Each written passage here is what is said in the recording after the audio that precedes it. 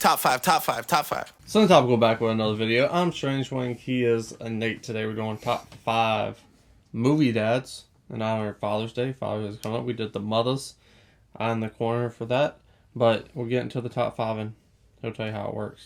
He's going to start with his 5 and 4. I'll give my 5 and 4, 3-2, 3-2. Then we trade off number ones. We also have something called the Zemeckis rule, which just means if we both had the same movie on our list, but one person has it 2 spots or higher, we just talk about it once.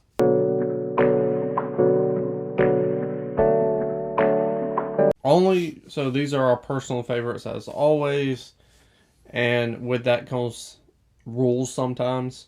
For me, father-son movies, I just eliminated them altogether because it's usually mostly the son story, where it's 50-50. True. Where A Bronx Tale is a great father-son movie. Sure. Yeah. Not enough father. Big Fish, not enough father. Yeah. So I feel like that was a list for a different day. Yeah.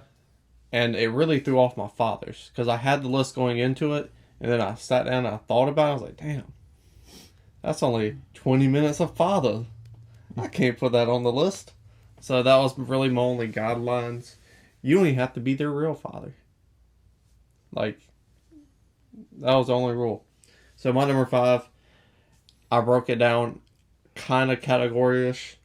Number 5 is my favorite bad dad. And it's going to be James Otis's dad from Honey Boy. Shia LaBeouf plays his father, who looks like Benjamin Franklin in the movie. Right. And he tries. He's just from a different universe. He's from a different era. So when he says jokes and shit, I find them hilarious. Not only because I have no lines when it comes to humor or comedy, but also is he's the only one that thinks it's funny in the scenes, which makes it even funny because he looks like a jackass. Yeah. And that's what you want from that character. It's very well written and very understandable, and it makes sense that he's kind of embarrassed that that's his father, who's talking to some babe about a chicken running up his ass to his head. Yeah. I can't remember what the chicken joke was, but it wasn't funny. Well, no, he's talking to the one girl about his chicken days, where he would do a headstand and the chicken would run from his head up to his ass. Yeah, that's right. But, I don't know, it's not about chicken shit. I can't remember the joke either. He tries. He really does try. But just doesn't work. Like, his best effort is not great. But he's also going to rehab. He is trying. But he is a bad dad. He's a very, very memorable dad with the flashback scenes and then the dream sequence at the end when he goes back to see his father and everything. It has that real emotional hit that makes you think. And if I was a father, I would probably look at that and just... It would be a whole different movie. You know what I'm saying? Sure. Yeah. So, if I ever meet one of my kids out there, I'm going to watch this and feel differently. But, at the end of the day, he's a bad father, but he makes me laugh a lot. So, because of that, he's my favorite bad father. Makes sense. My number 4 is a dad who is trying to make up to their son. Okay. And that is going to be Howard Langston from Jingle All the Way. That's my number 5.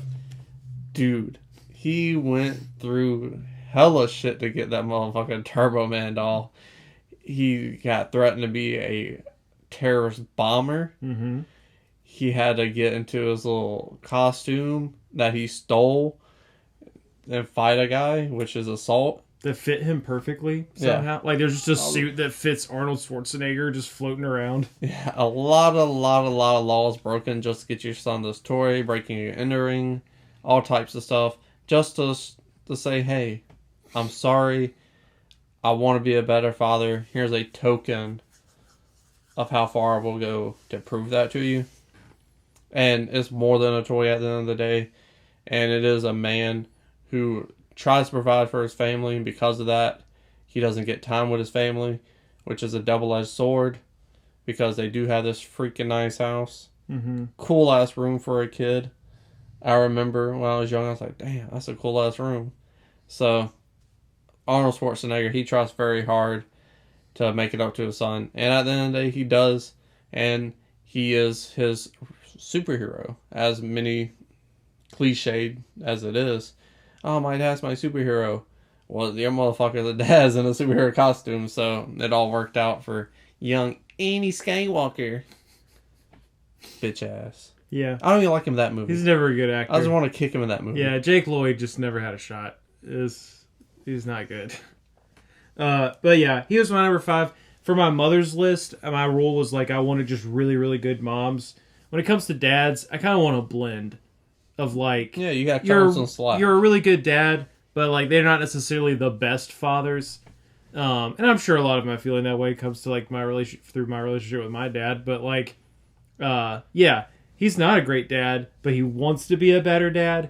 And just getting to go through this incredible journey of him, which is like incredibly unconsequential. Like, if he didn't get the Turbo Man for his kid, it's not like he has no shot at his kid ever loving him again. And in some ways, it's like sort of trying to buy his kid's affection.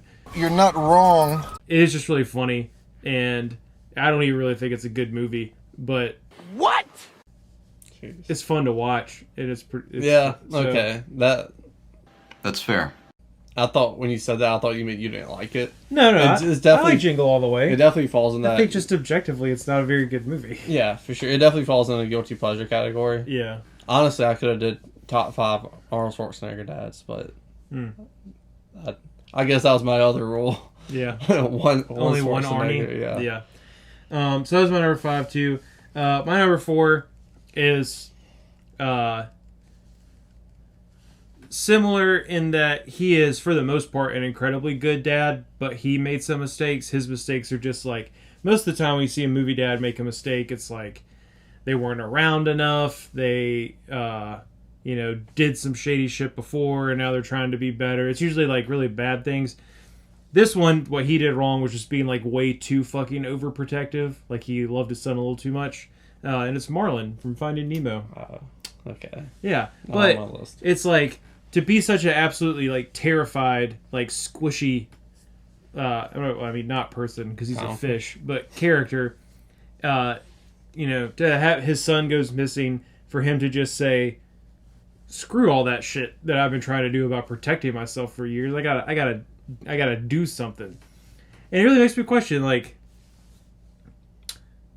if I was a dad and my son like disappeared, what would how far would I go, because it's like realistic, that's a movie, so realistically the odds of me finding it on my own are slim.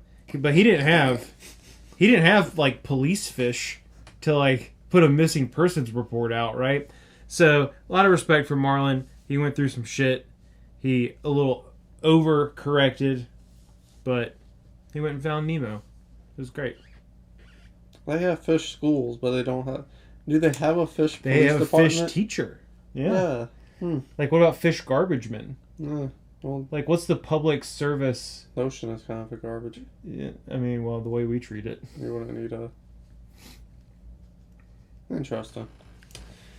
Number 3 for me is going to be kind of in the same vein, but he's just a good father, and he'll do anything for the child. And this is like...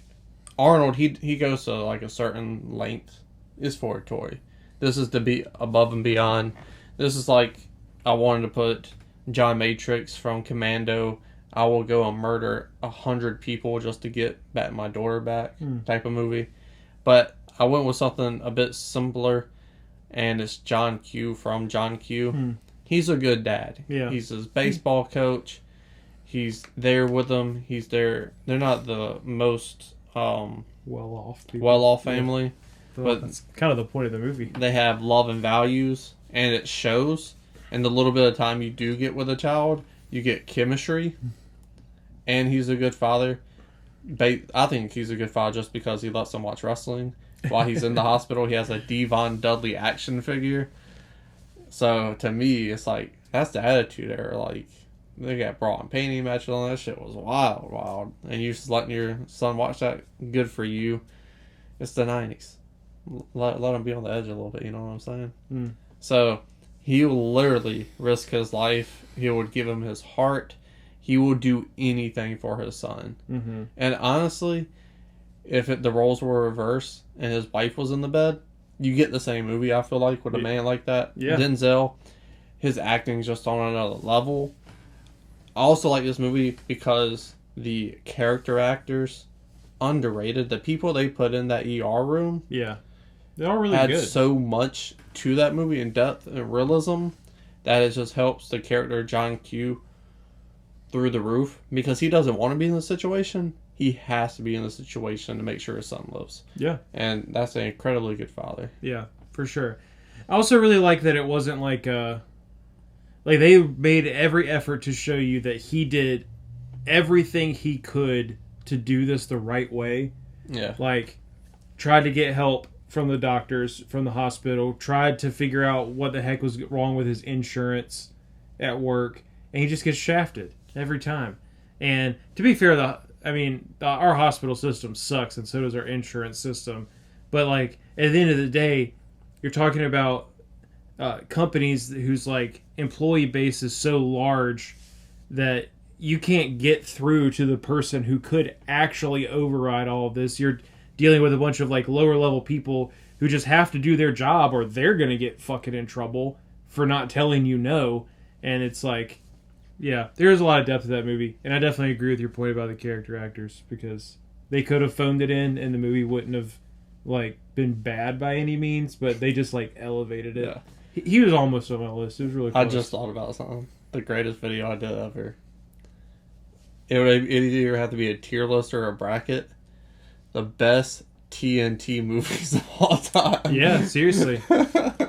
Yeah. Because we make a joke out of it, but I don't know if the world makes a joke out of it like we do. I hear people make more of a joke of, like, FX movies. FX. But, like, yeah. Well, we could rebrand it. Just It's cable all right. network. Movies Yeah. that were non-stop cable network. Yeah. Number 3, he's a father of 4. He's not the real father. He's the father that stepped up. And it's Master Splinter. He's got 4 little baby turtles. He raises them up to be honorable, trustworthy, heroic, brave, young turtles. And the thought he put in each turtle, this is from the 1990 movie, to be very specific. Mm-hmm. The thought he put into these turtles to say, Leonardo, you're the leader. You gotta make hard decisions. So I'm gonna give you the swords because you have to be extra careful and thoughtful about what you do with the swords, because you could kill someone very easily. Raph, you get the size because you're angry, and instead of attacking, I'm giving you a defensive weapon with the size. Michelangelo, you can't focus worth the fuck. Here's nunchucks. You go hit yourself enough, and you go learn to focus. And now he doesn't hit himself anymore. He's like, man, I fell a nunchuck, right? And then he spins the nunchucks on his finger. Mm-hmm. Really fucking great. And then you got my favorite, Donatello. He's so goddamn smart. Well, guess what? You get a stick. Be creative. Think outside the box. So just from the weapons and the way he's, like, those little details you put in the story about this is why I'm teaching my son this is incredible. And he's just a really good older figure, father figure, because he has sons. So when he sees Danny in the movie, even though he's beat to shit and hanging from a fence, he's like, what's troubles you, my son? And he's a big fucking rat. Yeah. And giving out advice. And good advice, too. He cares about his sons. And one more thing I love about this character is he should have been my number 1, actually. Now that I'm thinking about it. I didn't think about this point. He lets his kids fail. Yeah, that's true. He's there to help them, but he doesn't fix their situation. Like in Teenage Mutant Ninja Turtles 2, they got Raph tied up. They go in, they figure out it's a trap, and they accidentally get tied up as well. He shoots the arrow, breaks them down, and he's there watching them, sons. Failing's a part of learning. Mm-hmm. So to be there to help and not just fix everything, that teaches them lessons, and that's something you can help them with. So Master Splinter, 10 out of 10. Without a doubt, the best rat father of all time.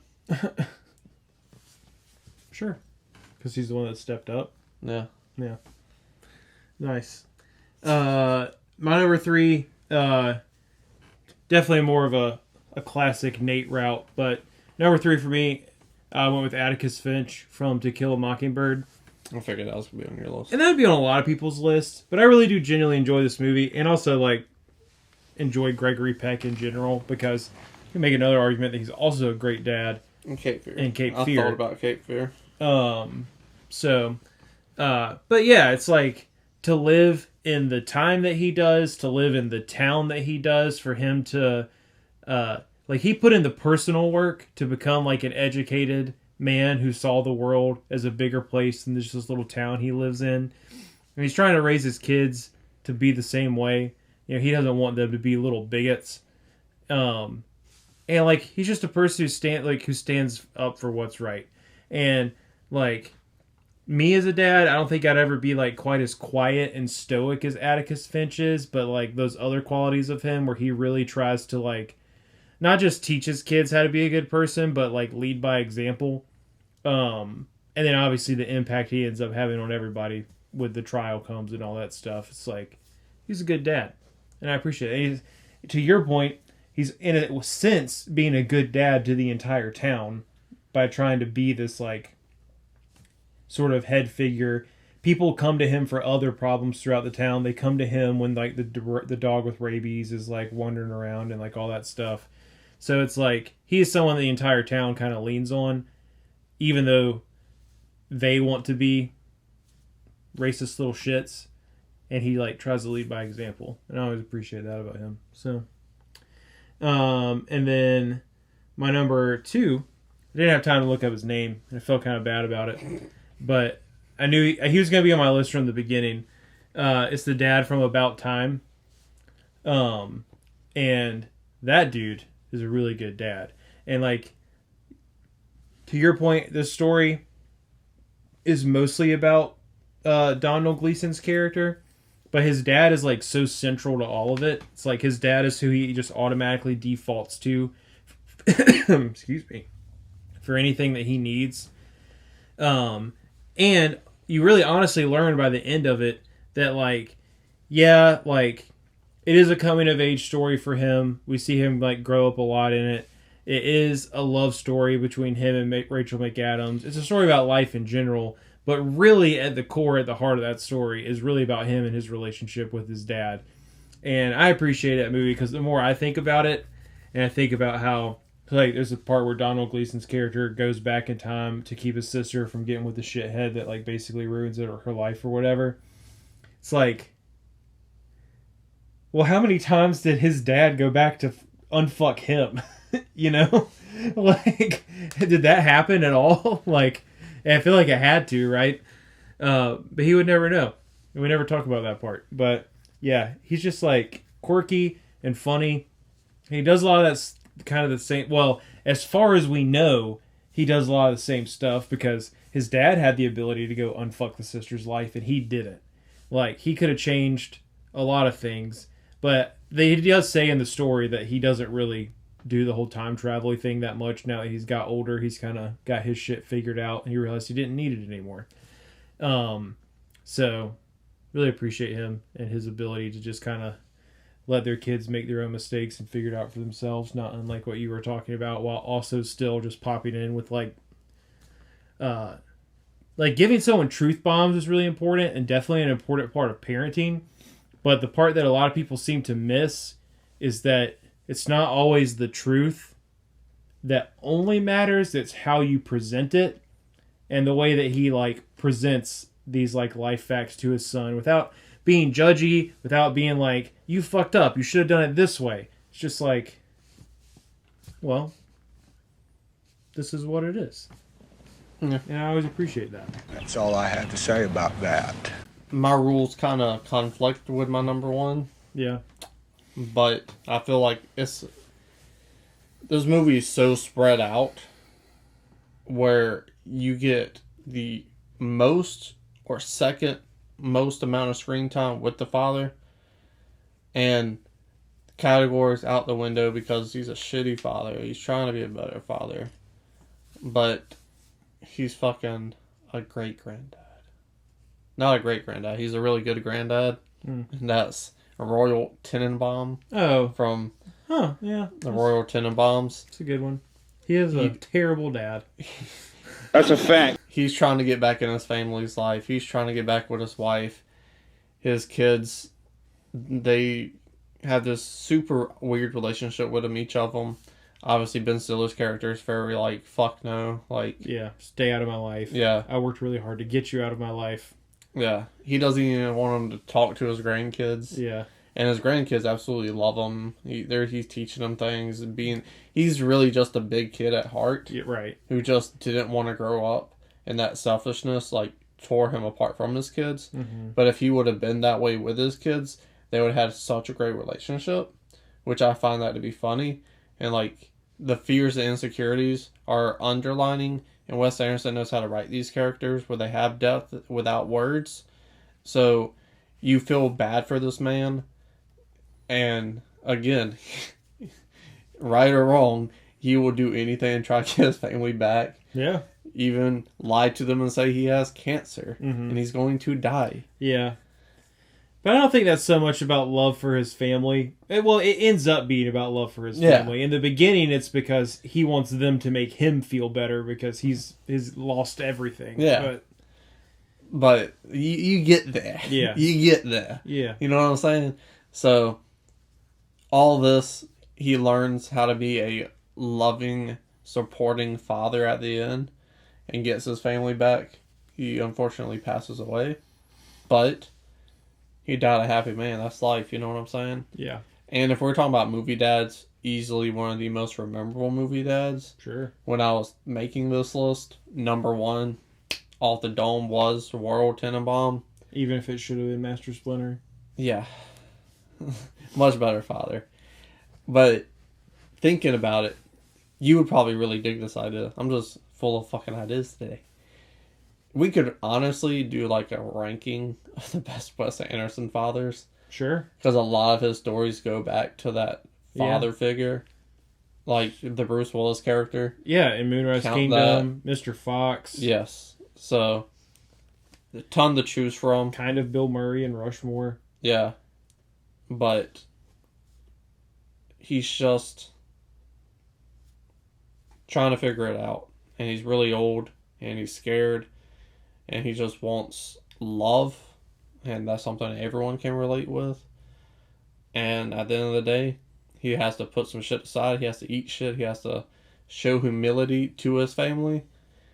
And through trust and trying in actions, he gains their love. And I think as not only like as a man, but human beings, sometimes you do have to go through that humility to show that you really truly want something. So yeah, I think at the end of the day, he's a good example. And when I think back on his father, they're like, man, we had a good dad. Hopefully. Or at the very least, Dad got better. Yeah. My number one kind of pretty much threw most of my roles out the window too, because he was a bad dad for pretty much his son's entire life up into adulthood, and then they kind of reconcile at the very end. But it's honestly just my favorite movie dad of all time, and it's Dr. Henry Jones from Indiana Jones and the Last Crusade. If you haven't ever heard of it, Very fucking close. yeah. Very fucking close. Yeah, I just like, he's like the epitome of like, the older I get, the more, like, I still have a great amount of respect for my dad, and there's lots of ways that he was a very good dad, but the older I get, the more like, we're just kind of really good friends.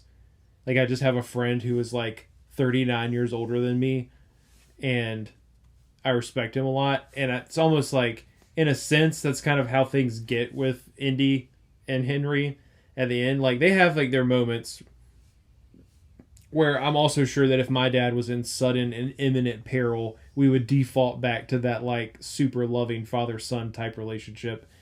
But them learning how much alike they are, sleeping with the same woman and not knowing it, but the way that we find out is absolutely incredible, because he's just like, how'd you know she was a Nazi? She talks in her sleep. Fucking gold. Yeah, incredible. And then like them, Spielberg just has this really great way of like throwing characters in like absolute danger, like life or death situations, and then not detracting from how important it is that they get out, but still just making it hilarious while they do.